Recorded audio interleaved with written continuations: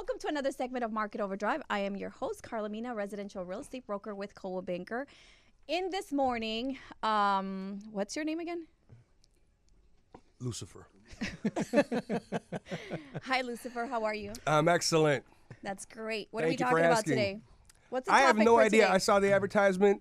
It's a salad of topics. Can I tell you, It's realtors something do about not work credit. past midnight. It's So if something you have a about problem credit. about marketing, you should call me at 5, not at midnight. Something about credit problems. Credit and repair, if you lost your home bankruptcy, or bankruptcy. foreclosures. I mean, I don't know. What is the topic?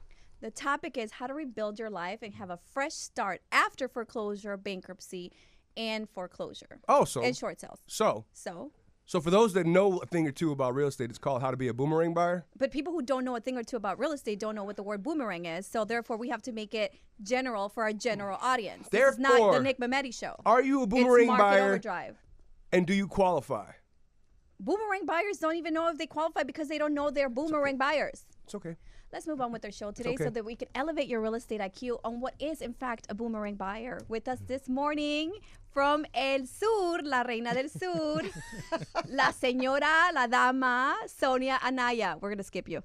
Well, thank you, Carla, for that wonderful introduction. Enough said. Dude, this is the best introduction ever because I did it. All your coming from the blah, blah, blah, on this corner of the ring, blah, blah, blah, is Sonia Anaya. You know, she practiced that all morning, too, by the way. I did. Sonia, I'd like to welcome you to WGN Radio. I know she thinks we are on Telemundo today, but we are not. And You got a problem with that? apparently you're with America Real Estate Inc. Or is it? Apparently. Apparently. That's what I'm seeing because I would have thought you're with like South African Real Estate Oh, Inc. got or it. South America Real Estate Inc. or Central America. Central America Don't get Real Estate Inc. confused. But you're with America Real Estate Inc. Thank you for coming on the show. Obviously, we're proud and happy to have you. But what we typically like is our guests to give us a little bit of expertise, knowing today's topic. Tell us a little bit about yourself and what you've been up to over the last few years and how long you've been in the industry and the whole 9 yards. Thank you, Nick, and thank you, Carlita, for having me on the show, and Mr. Graco Funes. I've been in the real estate business for 26 years. Sorry to hear that. No, I actually love it. I have a passion to do what I do. Work with first-time home buyers. That's my specialty. Of course, after so many years in being in the business, you start working with the second and third generations, which I'm doing now. I've seen a lot of what happened in 2006, 7, and 8. A lot of people lost their homes, and now I'm working with them to get them back into a new home. So that's what I do. First-time home buyers, work with people that want to do a fresh start. What would you call it? Boomerang. That's fine. We can go with They're both. not a first-time home buyer if they're boomerang. A second time. I'm sorry. I said first-time home buyers and people that are starting again, fresh. And I'll be honest with you, I didn't even really know the term boomerang buyer until after the real estate crash, because the first time I heard it was about 2 years after the crash started. So, generally speaking, we've all known the term of, if you have a 2-year discharge bankruptcy, you can qualify to buy a home via FHA guidelines. That's kind of been around for a long time. And I started to hear in a lot of publications, boomerang buyers. I'm like, what the heck's a boomerang buyer? So I just learned the term 6 years ago, probably. So it's okay that you didn't. It's better late than never. But we'll get into that. I don't like labels. We'll get into that. Labels are restricting. Tell us a little bit about that. I mean, from what it sounds like, you've helped clients. The crash hurt a lot of people. Job losses and depreciating equity, and you can't sell your home for what it is, what you even owe on it. I mean, this was commonplace in 2009, 10, 11, even in 12. Correct. Some people still are underwater, believe it or not. But these people, whether they lose their home or short sale it or bankrupt or whatever the case is, tell us how you have been involved with them, not only from the time they purchased that home, but keeping tabs on them and helping them rebuild and what you've learned during this process or during that entire process. Okay, so what I have done with all the people that did a short sale bankruptcy foreclosure, we kept a database, and now we send them notices. We call them let them know it's time to, do it again. After 2 years now, Graco was telling me you can do it a day after. I would love to hear about that. But what I've done, kept in touch with my clients because I depend on my referral basis. So I call them, keep in touch with them, and get them back into my office. Let them, counsel them on how to do whatever they need to work on as far as the credit.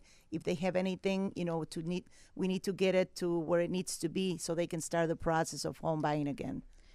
What's the general reaction? You're following up with somebody and then you tell them it's been, 24 months now, you're ready to buy a home. Oh, they love it. I mean, if they're paying rent, they're renting a house on the south side of Chicago, it's $1,500 to $1,800, up to $2,000 for a 3-bedroom, and they can have a mortgage payment again of $1,100. So, of course, they're crazy with that idea, and that's why we're keeping so busy. And that's important because a lot of people don't even know where to start, right? And as realtors, we get really busy, so we forget about our past clients. And so it's very important that you do have that base, that you cultivate that business, because a lot of people just need a helping hand and understanding the process. A lot of people just get bogged down by the reality of a hardship, whether it was financial or just circumstantial. They get bogged down and they forget that they can buy again. And so it's really important for us to understand that people who owned before, they don't want to be renters. They don't want to. They don't want to pay a landlord. They want to own their own property. They understand that the headache that it is to have to report to your landlord once a month and make sure that you don't break anything because you're gonna have to pay a fee. Your deposit is lost. When it's your home, there's pride and ownership in that, and you want to invest into the property. You want to fix whatever's broken, and it's good that you're calling back your clients and letting them know where to start. So if I had lost my home about 2 years ago, what would you tell me? What would be my first step into getting back into the mix? Well, the first thing I do, I set up an appointment in my office to see where your what the status is with your credit, if you paid everything on time. Because a lot of people, what they also did was they put a lot of stuff on their credit cards. So they ran their credits off, to the limit, and they said, well, we lost the house. What else can happen? So no, we need to let our people know, because you lost the house doesn't mean you have to let go of everything. So we work with them and educate our clients as to how to keep making those payments on the credit cards and everything else so their credit is good when they want to start again. Right. And Graco, you work with first-time buyers as well as repeat buyers and people who don't necessarily qualify in the now. What do you say to somebody that does have a hardship or has a ding in their credit, and what do you constitute a ding on a credit? So just to touch on, if the borrower lost a home, if the borrower went through a short sale, foreclosure, a bankruptcy, we have an option where you don't have to wait that 2-year period, where you don't have to wait that 36-month period or 48-month period in certain cases. That buyer can literally buy the next day after the short sale has ended, after the foreclosure has ended, or the bankruptcy has discharged. It does require a heftier price tag. You have to do a stronger... The price tag's the same. The down payment is hefty. Right. Well, the down payment is what I'm referencing is a hefty price tag, right? Most consumers today have... a small down payment for being a first-time buyer, 3%, 5%. In this case, with this program, 1 day out of foreclosure, short sale, bankruptcy, you're doing anywhere from 10 to 20% down. And then the rates, like Nick just said, the rates are slightly higher, but the trade-off is it's similar in payment, because when you factor in mortgage insurance, taxes, and the homeowner's insurance, the payment is similar to that of the slightly higher interest rate. So it's kind of the cost of doing business, right? There's always going to be a fee in order to get you back in there. A lot of people who are doing credit repairs, they pay for a credit card and they have to pay for a lot of things until you get back up there where you don't need all these services, and you can go ahead and get a streamlined loan per se, or a conventional loan, and you don't have to pay the cost of doing business because you found yourself in this hardship situation. So, and there's people who invest money and get hard money loans, and because they want to start their first flip. So I always say there's a cost to everything. Sometimes you have to assess if it's going to cost less to rent, to buy than to rent. Even if you're saying $1,800 for a single family house in the South Side, and then you buy and it's going to be $1,100, even with that hefty investment, then why not, right? Well, think of the cost too, because if you buy today, you're probably buying cheaper versus waiting 2-3 years from now. Yeah, and that's the way you really tie it together. People hear the rate. The program Graco's talking about, the 1 day after, is definitely more expensive as far as rates are concerned. There's no doubt about that. Like, you have to look at the situation. If you're a lender, you have to consider that, look, they're literally coming out of a foreclosure as we speak. Now, granted, there'll have to be a good explanation about that foreclosure. Saying you just didn't like the property anymore and you just left it isn't usually going to be a good one. But, you know, there's risk involved in lending to a consumer that just lost a house yesterday, you know. But we take the 2-year scenario, and I'd like to tell people that kind of balk and get sticker shocked at the interest rate of these loans. You know, the average is about, the 1 day out program is about anywhere from 7.5 to 9, depending on what your credit score is. But let's just use an 8 for a reference point. If you take the FHA loan at 4%, you throw your mortgage insurance on top of it, it's really like a 5.25. It's definitely around 5% with the mortgage insurance attached to it.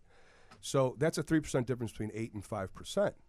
Well, on $200,000, let's say you're borrowing $200,000, that would be $6,000, 3% on $200,000, $6,000 a year in interest.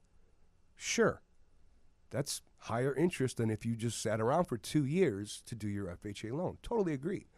And if you look at those 2 years, it's $6,000 the first year, $6,000 the second year. Then you can always refinance into your FHA loan if you want, because you have the 2-year window after your bankruptcy, or if you had to wait 3 years or 4 years to do it conventionally. Well, if a house is $240,000 to buy and you wait 2 more years, how much is that house 2 years from now?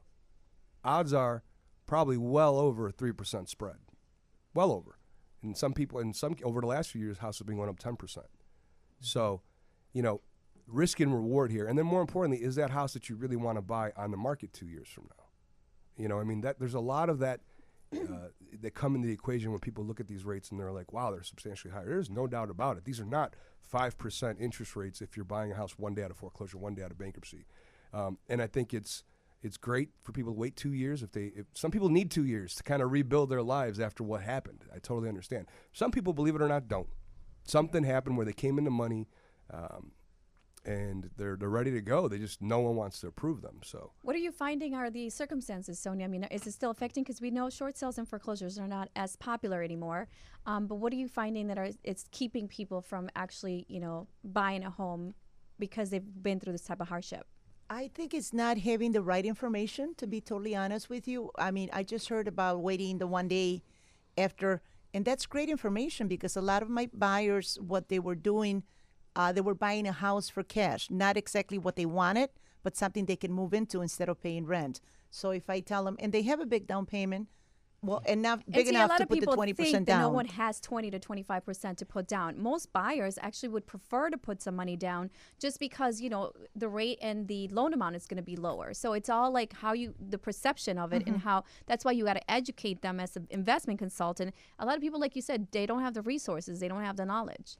Exactly, and that's what I was going into. So a lot of people come in, I have $50,000, Sonia, what can I buy with it? And they want to buy something cash because they thought they needed to wait the 1 year or 2 year. And now if I call them in with this information, I'll be making a lot of phone calls tomorrow.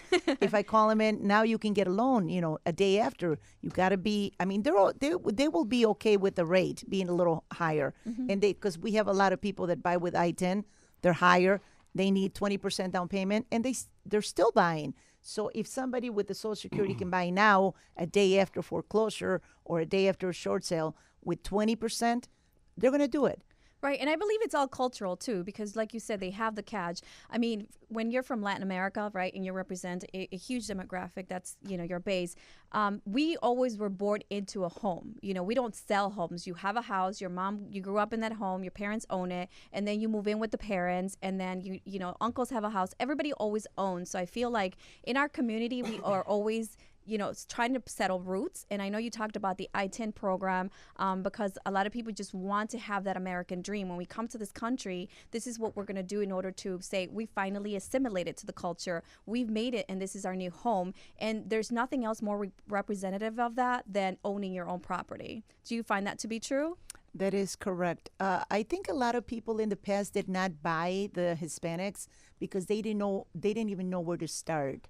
And then they went out crazy and bought at higher prices with, you know, all those crazy loans they had at one time, which we don't have anymore. So now they learned the hard way, you know, this is the way we got to do it. And we have to be there for them and tell them, you know, you got to go for a loan that you qualify for, not something that was they made up the income. There's more restrictions now, so we can There is. better protect our consumers. Yes. And of course, we can't even say language barriers anymore because, like you said, it's repeat business. You're working with the sons of the sons, the uncles, the nephews. And so it's that second generation, per se, that is more knowledgeable about the process, but they do have that inch of like just fear about the process because they saw their parents go through it. Correct.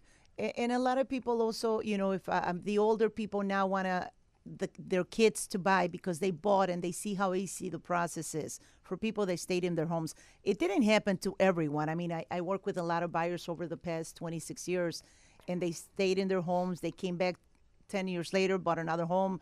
They keep wanting to go bigger and bigger. So the real estate market is always going to be larger families.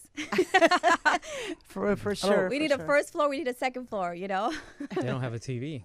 I don't know if it was necessarily a cultural thing, to be honest with you. I think that as those that have culture, or I should say have come from a culture, it feels like that. I'm from Europe, and everyone I know in my surrounding relatives and all think just like what you stated about Hispanics. But I think that what everybody had in common was investment.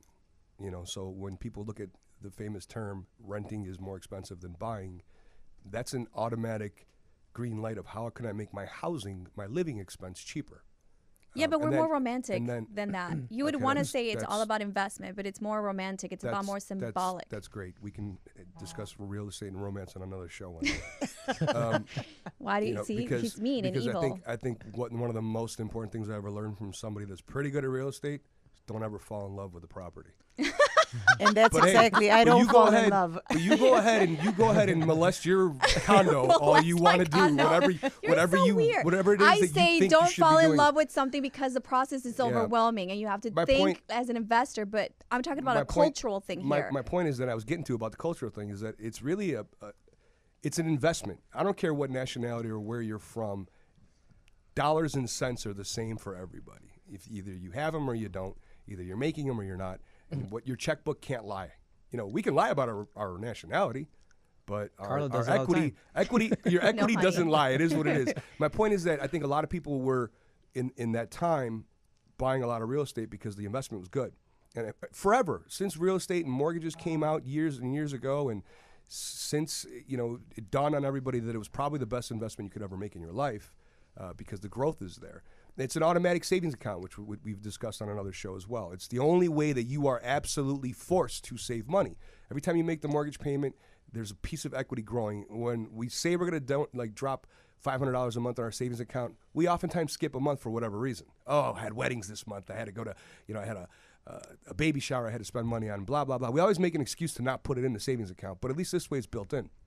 I think what people did that made this such a disaster or became a problem is they started to treat it like anything but a long-term investment. Is it really a home for you and your family? That's one thing you should be buying a house for. Or is it an investment? If it's an investment, it needs to be considered a flip or a long-term rental. But people were just buying these things like stock. Oh, I'm going to buy this penny stock today for $1 and sell it tomorrow for $1.50. They didn't care what repercussions came with it. They didn't care what the payment was. They didn't care about a lot of things because they were ready to sell it within 60 days, never move in, never do anything, and they just know that they were going to make 20 grand by being the first in that condo. And then once that condo was completely sold out and then they could put it on the market, they'd have it up on the market in literally in 10 days after and make 30 grand. Right? Well, the market is not there yet to justify that kind of investment. That's when that's going to happen again. But we're not there yet, right? Right now it's different because we will never get to a point where people think like that again. Well, no, I think that we learned our lesson per se. Are you serious right now? How difficult is it to get a loan? Not everybody can qualify for the loan. So that in and of itself is a deterrent from people being irresponsible with financing. Watch the flipping market. That's where you're going to see people get Well, yes, held the up flipping market, yes, but there's no properties. inventory. So if there's no inventory, we're creating a supply. Then how is that a problem for us right now? What? I think you're saying, what about the flipping market? You said watch the flipping market. Yeah, the flipping market is a new craze, much like buying and flipping condos before they were ever occupied. I used to do it a lot. So I would get in when there was a new development going on. I would put down my 3 or 5% earnest money, 10%, whatever was required, at pre-construction prices. There was 3 phases to the build-out. So when it got closer to the last phase, Remember, I got in maybe at 200,000. Mm-hmm. But at phase 3, at the closeout, Right. units were maybe selling at 280, 285. So I already had good equity built by just parking my earnest money, so Of to speak. 5%. You of never 5%. did For anything. sure. I didn't do anything. Yeah, never did in anything, right. neighborhoods like in the north side, right? Northwest side of Chicago, there was They bidding exist wars when it everywhere. came to Yeah. everywhere, right? And you were paying, and then you had to do a non-refundable deposit on these. Right. I had clients walk away from $12,000 earnest deposits because they're like, you know what? I'm going to lose more because the property's not worth it, and I'm not going to get a loan on it, and I'm not going to be able to sell it anymore, right? That happened before. We're seeing flipping differently now because you're seeing people who are buying cash. I talk about it all the time. It's like the sore wound in my life. I have $180,000 down on a building down the street. It was a $1.6 million I keep penthouse. telling him this is not therapy And- for Nick. Well, what you just said. I walked away from $180,000 because the property, by the time it was ready, Right. in 08, wasn't even worth 1.6 anymore. It was worth 900 max.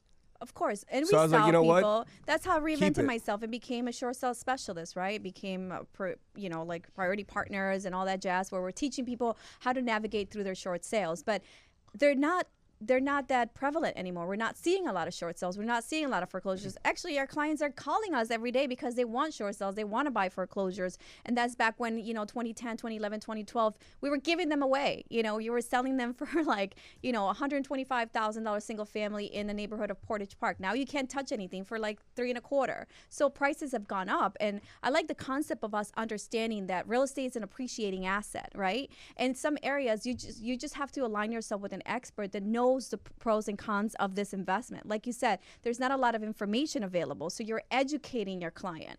I mean, I had a client, young girl buying. She's like, well, I love Orland Park, but I'm noticing that, there's not a lot of appreciation in the condo and single family market as much as it is in Jefferson Park per se. We're looking at two very different neighborhoods. And then I looked at the market action report and I said, actually, the appreciation in Orland Park, it's a bit higher than what you're seeing in Jefferson Park in the condo category. In the single family category, it's pretty stagnant for sure, but the condo is up 12% versus year ago. So again, it's understanding it as an investment, appreciation over expenses or, interest rates and down payment, because at the end of the day, you're going to hold it per se for a long time, right? Correct. Is that the message that you're seeing, or what's it that's deterring people in your neighborhood?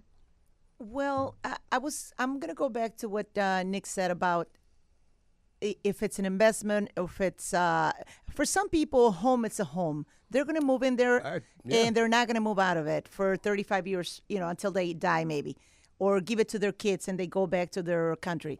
For some other people, they fall in love with the places. I just met with a client. She bought 10 years ago. She says, Sonia, I want to buy an investment. She comes in. I said, well, you have a lot of equity in your home. You can get it and buy a 3-flat. She says, no, but I don't want to get, so we all look at things in a different way. Some people So fall we in could love say with it's their, romantic? It could be romantic for some people. It's both, actually. I'm not going to fight with either of you. You're not going to start a fight? It's okay. We just I could need break to, the romance on any piece of property real quick with a fat check.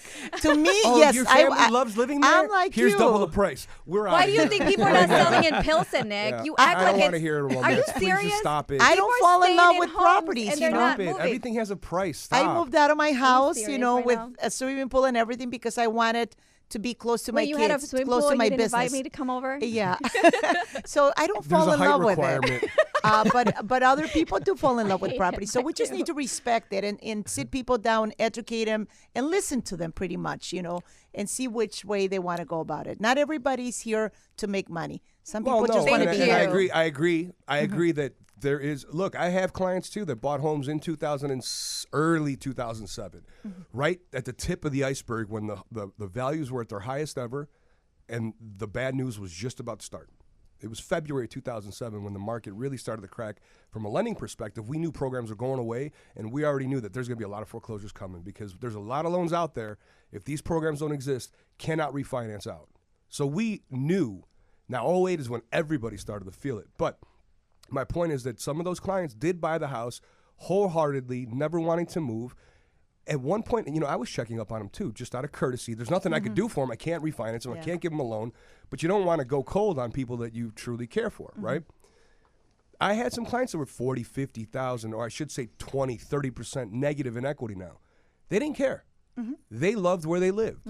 and they were fine with it. And they didn't want to go through the rigor mortem of, short sales or or foreclosing or any of that. They really love that home. But I could also tell you that same client, if Walgreens came in and needed the block, they're moving. Because there's enough money that'll eventually make you and your family even happier to move.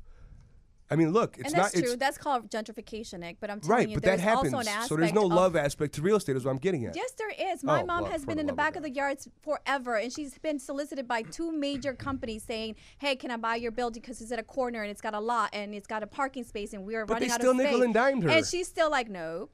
You know, Yeah. this is where I raised But I my think if kids." they gave her the right price, ask for some. they ask gave some- mama the right price. You'd be like, "Me voy." Ask some of the people. Ask the last 6 people that held up the soccer stadium in Bridgeview how they felt about that price. They held out the no, I love here. Yeah. My grandkids were raised here, or my was grandfather different, lived in though. this That was more house. about They traffic did and it all all. that. They did it all. And the last 6 houses, they got paid. They got paid like 3 times worth what their houses. So your mom's were pretty worth. smart for holding out. So, and your Okay, mom now we're is smart. talking about gentrification. Can we No, go back we're to not. We're talking about everything in real estate. Always has a price. I do get the concept, and I really truly do accept that thought process. It's correct, but it's just not made for those people that want to buy and sell a penny stock. That's what I'm trying to get at. That's why we had a problem, and I think a lot of the loan programs that are made today don't let you do that.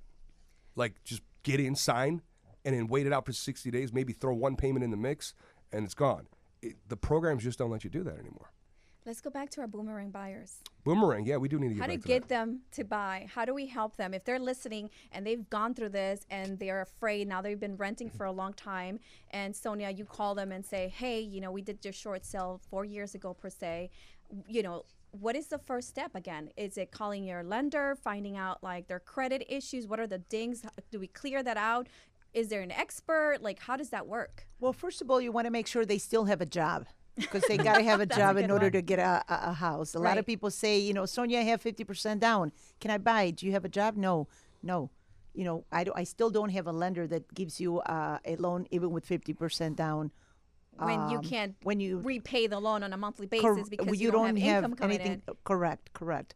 So make sure they have a job. Make sure the credit is good. If they don't, No, you're looking at me like that, but a Do lot you of have people one? call you. Do you I have think, a Nick, loan? I think we have one, right? Don't we have that you? investment program? As long as the property pays for itself, $1 over Oh, the is rent. that why you were looking at me? Seriously? $1 $1? over the mortgage, okay. and they have a 30 or 35% down payment. It's good to go. Well, I have people with 50% Welcome to the world of down. lending. So I'm sorry. I mean, gotta I'm learning a lot today. It's not your fault. A lot of those Southside brokers just aren't very good, and it's cute.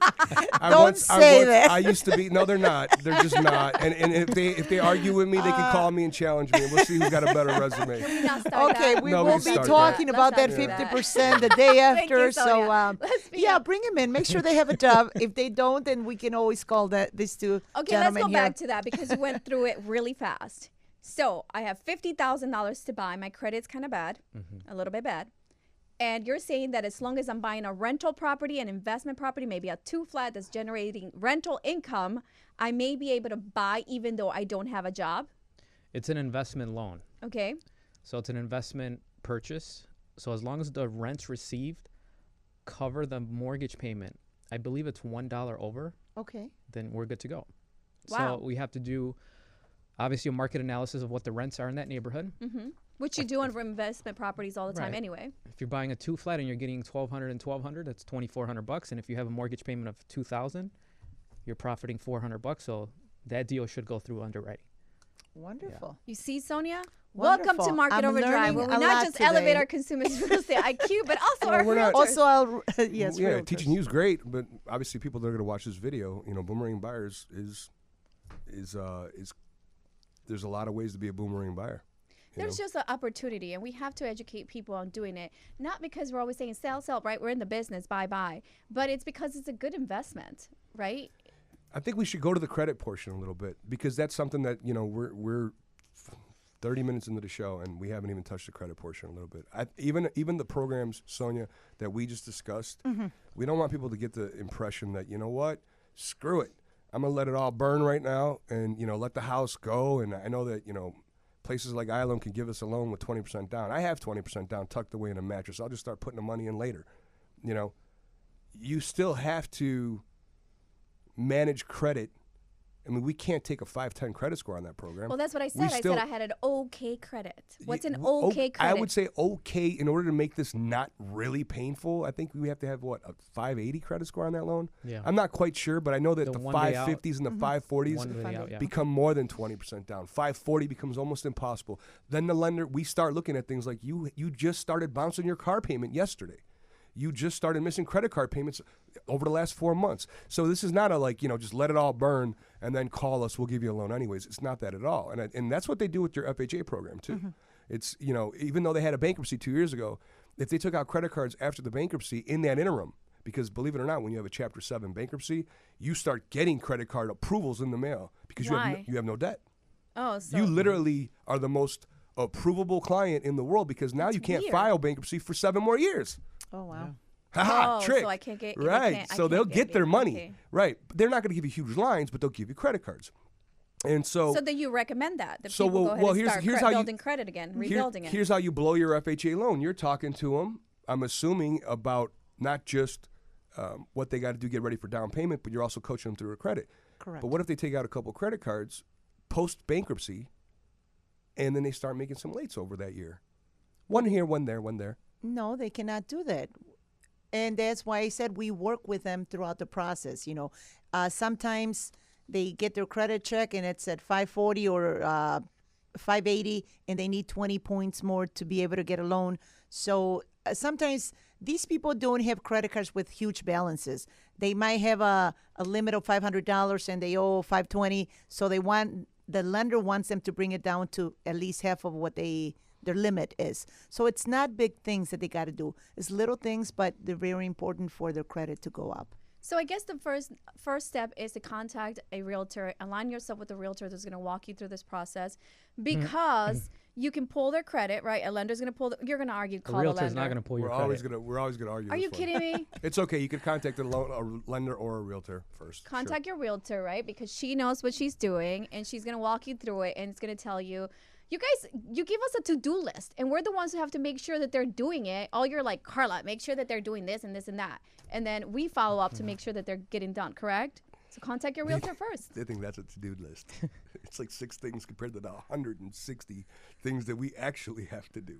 You sit in front of a desk and do nothing. We have to drive people around, show them properties, find them the properties, help them navigate through their finances. Let's switch roles one day. No, we don't want to do Whatever. that. I don't Just want one to do day. that. No. No. I want her to feel that. Are you kidding? No, I had that decision to make 22 years ago. I made that decision not to do it. See? I'm good with my role. Thank you, Sonia. Well, I think we need to work as a group. Nah. The realtor. Me, you, and Graco, absolutely. Let's forget her. I think we all have to work together. You got to have a good team, working. You need a good realtor, because not all realtors are good. I mean, some are part-time agents. Some are, they do it whenever they want, so they're not always available. You need a good loan officer that's going to call you when you call them and have a question on the one client. Not from the south side. Sorry. What was that again? I just heartburn. So it takes a village. So silly. It's not just the realtor. It's not just the loan officer. It's It's the inspector. It's the insurance guy. It's the attorney. It's everybody to work together to make these things happen again. Right, and you make it sound like really easy.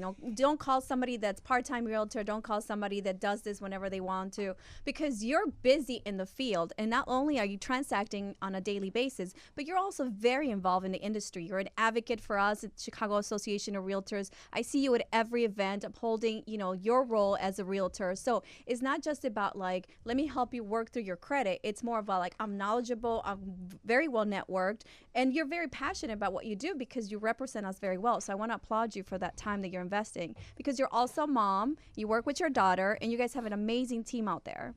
Thank you, Carlita. Yes, I do. I work with my daughter. She's been a realtor for 6 years now. I always say this, first year she was as a realtor, she got the Rookie of the Year for Chicago Association of Realtors, which is awesome. Brand new agent selling 75 properties the first year. It's pretty cool. Amazing. So she's a very hard worker. And so am I. We work 7 days a week. We don't have weekends off. We go on vacation, yes, like everybody should, because we work hard. We play hard.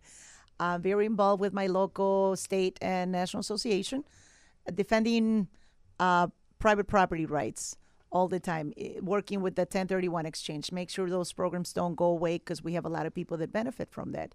So That's a whole other show. That's a whole That's other a great show. actually. 1031. Really? 1031 exchange? exchange. I thought I pitched that this morning and somebody said no. Bad I didn't show. hear anything about And that. I You will weren't give you some here. hints on who to invite. Yes. It's got a lot of great information on 1031 Love exchange. it. Being that we advocate for that at the national level with the realtors, for the realtors, Love and for it. our sellers and buyers also. So yeah, we're here to give any advice. You got to have a realtor that's really, calls you back, that a loan officer that calls you back. And I know you guys do an awesome job at what you do. You got a lot of great programs that we're I going to give the start boys using. a hard time, but Graco is one of those people. I mean, if I'm texting him at midnight, like, guess what? He's like, I'm not saving any more of your deals. I'm not. But they respond and they're responsive, and they do have the programs that we need. Because sometimes people want that opportunity. And I'm going to go on a tangent here, but I'm working in the South Side. I have a listing in South Shore, and I've had clients who really want this property that cannot be qualified. And it's heartbreaking because I have somebody that really loves it. They're very religious, and they're like, we're going to pray to God that you're going to make this happen for us. And I'm like, I can't. And I'm trying so hard. I mean, some are undocumented. Some just don't have enough credit. Some of them don't, they're cash they're getting cash at a restaurant. So it is just so hard because everybody wants a piece of that American dream. And it's, we're trying to do the best that we can by educating ourselves, aligning ourselves with experts that can facilitate those dreams. But lending is so difficult. Like, I know that I give you guys a hard time, but It is difficult.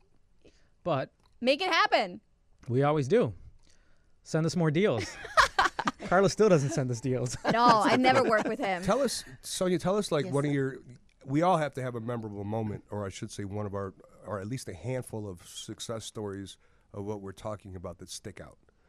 Tell us a story. You don't have to give the person's name, obviously, but a story about where, someone, you helped them the first time, hard times hit them, they rebuilt, they came back in that 2-year span, because we know that you were doing the 2-year waits, and then they're back in a house, and just give us something that sticks out. Something just happened a week ago where I had a client 2 years ago. She came to me. She didn't qualify because she didn't have the credit. Her daughter had a job for a year, so she didn't qualify to buy with her. She called me again a couple of weeks ago. She says, Sonia, I want to start the process again. She comes in. They pull her credit, and she was talking to the loan officer, and the loan officer, I don't know what he said, but she started crying. And I said, what happened? And she says, I can buy a house for $170,000. And I said, so why are you crying? I mean, to me, I started crying right with her. The son could not understand what was going through, but, she got He so wanted to grab emotional. the phone and say, what the hell did you do to my mom? Yes. And we just put her under contract yesterday. She brought in the earnest money. So it's That's really I mean, we great. work with these buyers Right. day in and day out. I could tell you 1,000 stories about my clients, but it's all good. I mean, to see somebody that has lost a house and comes back into a home, that's my See, now Baby that's the bread. love that should belong in real estate. It is. That's the only love that should exist in real estate. Is the But way you you have to actually, understand the if- way you actually put up with people. Look, there's a lot of agents and loan officers that take that type of client that needs help, needs work, needs building, needs coaching to get to the promised land. Sometimes 6 months, sometimes 2 years, and they're just like, I don't have time. I don't deal with clients like this. I got to go. oh no And those people just want a shot, or they just want guidance. Yeah. And the fact that you're doing it, and you don't get any more money than the temperamental one. You get the don't. same commission check as the guy that says, when you're ready, call me. But And you know that's what? it. This client will send me every referral she has. Right. And this one came from 5 other referrals that I had before her. So that's how I do business. I don't have to do anything else. I just sit at the office. Sometimes, my daughter does yell at me because, she's very... she docu-signs everything. I want to sit down with the client, go over and sign every page. She says, Mom, you don't have to do that. I go, but I love the but your conversations clients that I have sometimes with don't them. have that tech savviness, and they prefer that one-on-one. So Exactly. So that's it's the good that I have romanticism her. I'm talking about. And she does the ones that are really savvy with computers and phones, and and I do the ones that they want to sit down with you because they want to sit down with you. Yesterday I get a call, Sonia, I saw a house in an open house, but I want to make an offer with you. Hey, it's a cash deal. $350. I will sell it. So you get lucky. Sometimes, you don't have to go out and show 50 houses, Right. but I do show 50 houses to clients. I don't have a limit. Sometimes they don't have a lot I of have- options, so you have to look They and don't. be creative. Correct. And it goes back to we're always talking about, why aren't you buying? Why are you on the sidelines? And these are people who are credit worthy, who qualify. And now we're talking about a demographic or, people who really want to buy. This is the dream to buy. And they just don't have the resources available or can't qualify for whatever reason. These are the clients that are so worth our jobs, right? Because we get so bogged down with the day-to-day transacting, the negotiations, and let's get it for the best price for that investor. But then there's that family who's just so thankful to have that opportunity. And that's why I feel that it is in some ways a romantic process, because people love these properties. I just want to go back there because his Boomerang title sucked. I'll And I give just you- like how yeah, the whole it romantic sucked. is going to Okay. just stay within the show. It sucked if you just don't understand everything about real estate.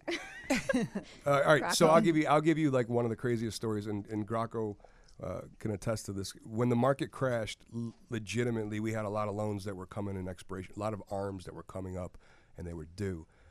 And the programs that we put the clients in, and I think anybody that's a lender that says this doesn't happen to them is lying, and you should stay away from.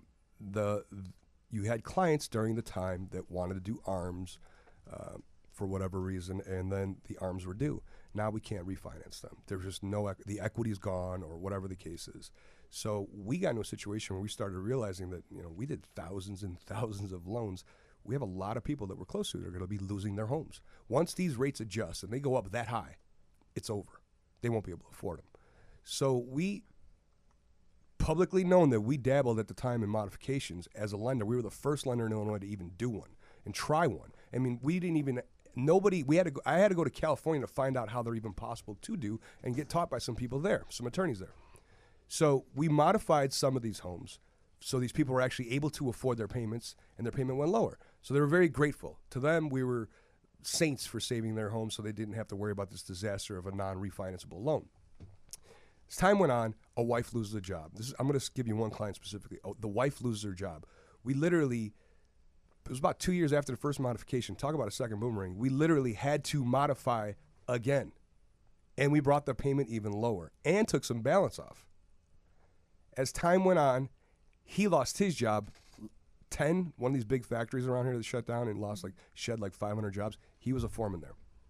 He lost his job. He had to go find a new job in a marketplace of 2010, which was next to nothing, getting paid almost that's half. crazy. Now he can't even afford the modification on that house anymore. He calls me again. I'm like, and then we had to just try and make light of the situation. It's a horrible story, but if you don't joke, you don't laugh, you're never going to go forward a little bit. So we had to help him do a short sale. He does a short sale on the house. He's like, I don't know where I'm going to live after this. We got him $10,000 back on the short sale. For relocation. We got him credit? $10,000 back on the short sale. He literally had the $10,000. He knew he was renting, so he had the money saved up because he's going to have to go rent somewhere once his house is sold. Had the $10,000, came in with a little bit of money, had $25,000+. We sold him a home. Literally less than a year after the short sale. Or no, 2 years after the short sale. And he didn't bankrupt, so we couldn't do the 2-year wait on FHA. He had to do the 4-year wait, for doing a foreclosure / short sale. So we got him into a home on one of these programs that we're discussing.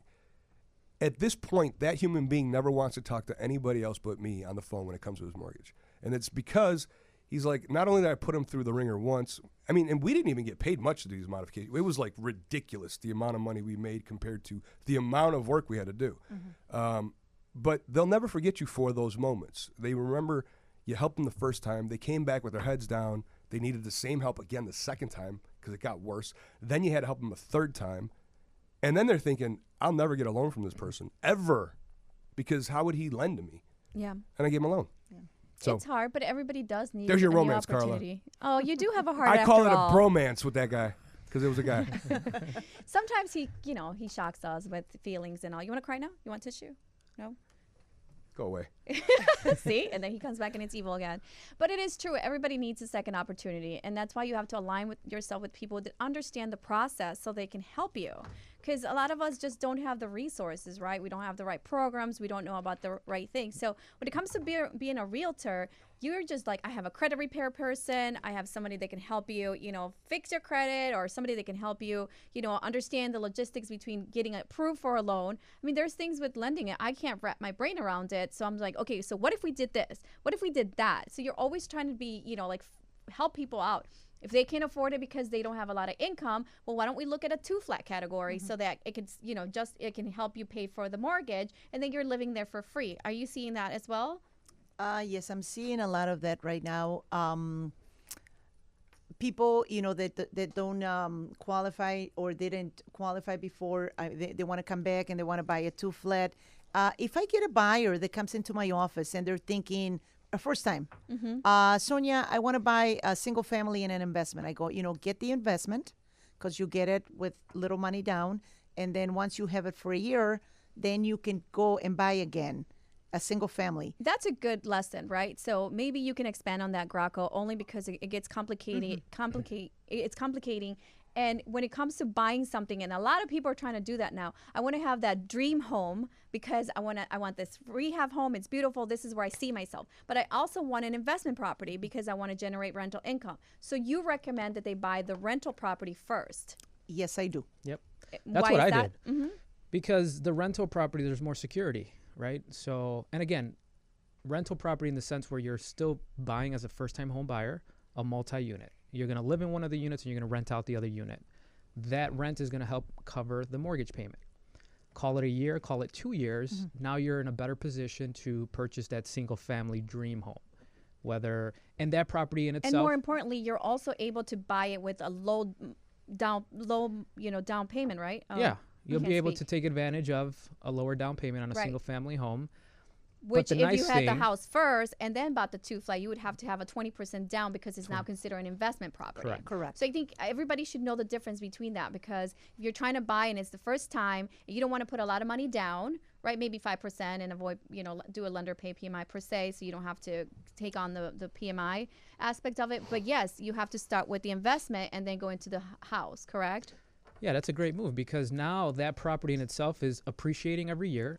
And you're getting positive rent roll that you can take those profits to pay for the single family house that you're living in now. And also, it's also added to your debt to income ratios, that income that you're getting, right? Percentage of that? What percentage So long is as it? you're filing your taxes properly. Oh, gosh. And you're not filing losses, heavy losses against the property. Because it's considered an investment. And that's more for your savvy buyer, your younger generation, because the older people, like my parents, they would not want to buy a 2-flat and then move, or even if they got their mortgage covered by the money they're making, they would not care to do that. But a lot of people, like, our age, they still want to buy.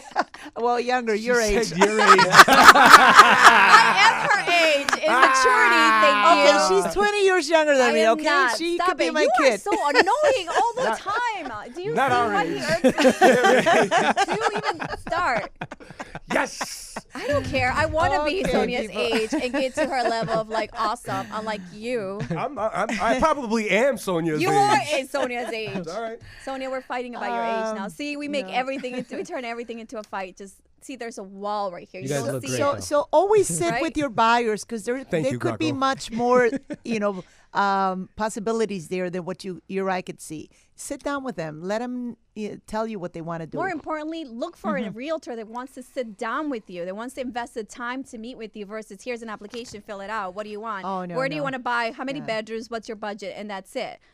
So robotic. It's more about that consulting. Okay, what works best for you based on your current situation? Correct. And a lot of people don't want to work with people that have hardships or have bad credits because they're like, you're a $170,000 buyer. Never mind. Don't even respond when they call, and I have a problem with that. I have new agents on my team, and I say it doesn't matter if it's a $90,000 purchase or, a $500,000 purchase. You treat everybody with the kind of respect and service that you expect for yourself. And I think as an industry, we need to demand that of ourselves and those around us. I remember you at an event, And she was like, oh, do you see that person over there? She's working as a realtor without a license. I don't appreciate that because in the South Side, people just do whatever they want to and they show up and they use our lockbox. So it's cool that we're like watching our industry and we're keeping everybody up to that standard, regardless of where we're transacting.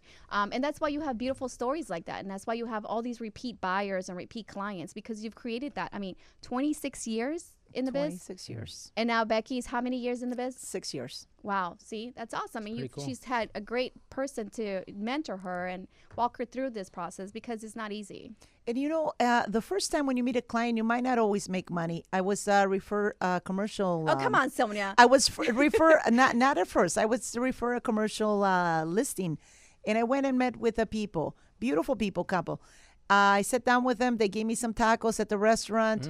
And they said, well, we wanted to see what you had to say about our property, but we have a buyer that's going to give us this amount of money. And it was like $50,000 more than what I wanted to list it because that's all I had in comps. And I said, you know what? I could take the listing, but if you have a buyer, I would help you do whatever you need to do, sell it. So they sold it to that buyer. I didn't charge them anything. I sat down. A year passed by. They came in 3 weeks ago, and we already closed they bought a property for $350,000 cash in Homer Glen. They came in, they said, Sonia, we showed them 5 homes, and they closed on it. So I didn't make money the first time around, but, you know, if you treat people nice, she works for tacos, everybody. They're going to, no, I don't. That's okay. They're going to come back to you. Just be nice. Give them good advice. Be nice. That's the story of the day. I know it's 50 minutes, Nick. Educate our people. people. In my ear, too. Oh, Educate your friends and your clients and be nice. It's the I am moral of nice. the story. I'm very nice. I'm just not nice to you.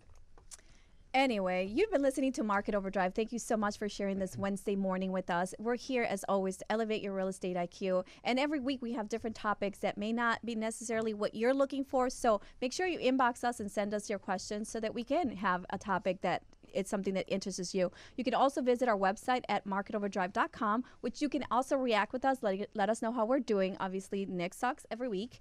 Go ahead and say that.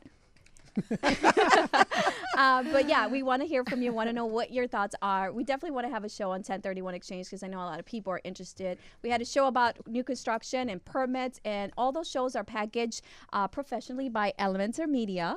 So you can find them on our YouTube channel. Is there a website? Is it Market Overdrive YouTube? Is that how you find it? Sorry, I don't know how to navigate those things. Just look it up on YouTube. There's an Instagram account too, right? I think. Oh, God. Yeah, okay, don't go there. Close out then, Mehmeti. No, you're doing fine. Go ahead. Wrap it up. Sonia, any last words of wisdom for our listeners?